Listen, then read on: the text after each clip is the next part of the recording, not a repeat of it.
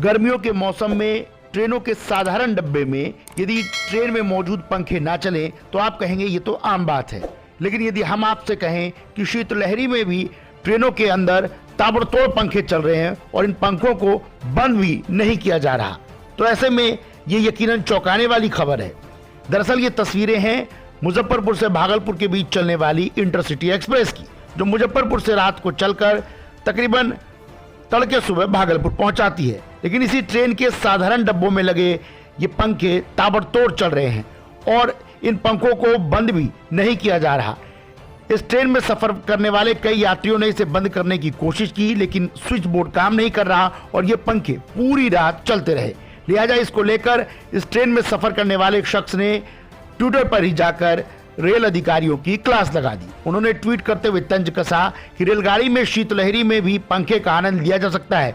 गर्मियों में ये पंखे हाँफने लगते हैं, लेकिन सर्दियों में ताबड़तोड़ पंखे का आनंद यदि लेना हो तो मुजफ्फरपुर से भागलपुर के बीच चलने वाली इंटरसिटी एक्सप्रेस में बैठकर यात्रा कर लीजिए।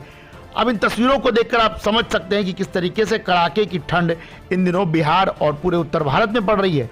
ऐसे में पूर्वोत्तर रेलवे द्वारा चलाई जा रही इस ट्रेन में चल रही पंखे बता रहे हैं कि रेल यात्रियों को रात के वक्त यात्रा करने में कितनी दिक्कत हो रही होगी।